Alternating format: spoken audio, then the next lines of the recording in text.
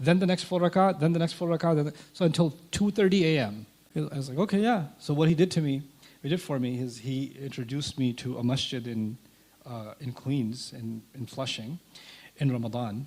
He took me to a program because he knew I had learned English, but my native language is still Urdu, right? So English is my second language, technically my third, but still my second language.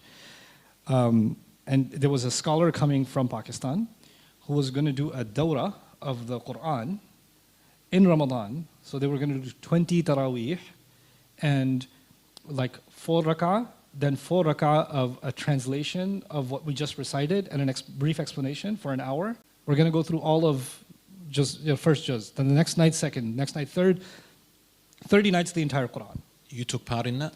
So he brought me to that. Okay. That's in the deep end. That's on the deep end. Before that I had read maybe a little bit of the Yusuf Ali translation of the Quran, and I found it extremely difficult, and I just put it down. I was like, I can't, I'm trying to make sense of this, I can't.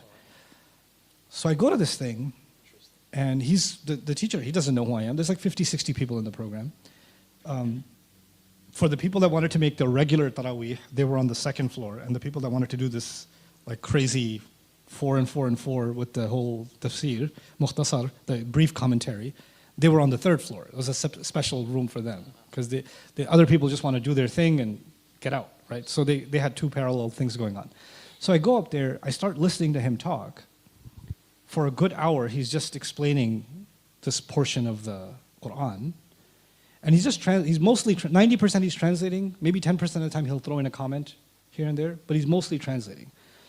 And it didn't feel like he was reading a translation, he was speaking a translation. Right? It sounded like a conversation.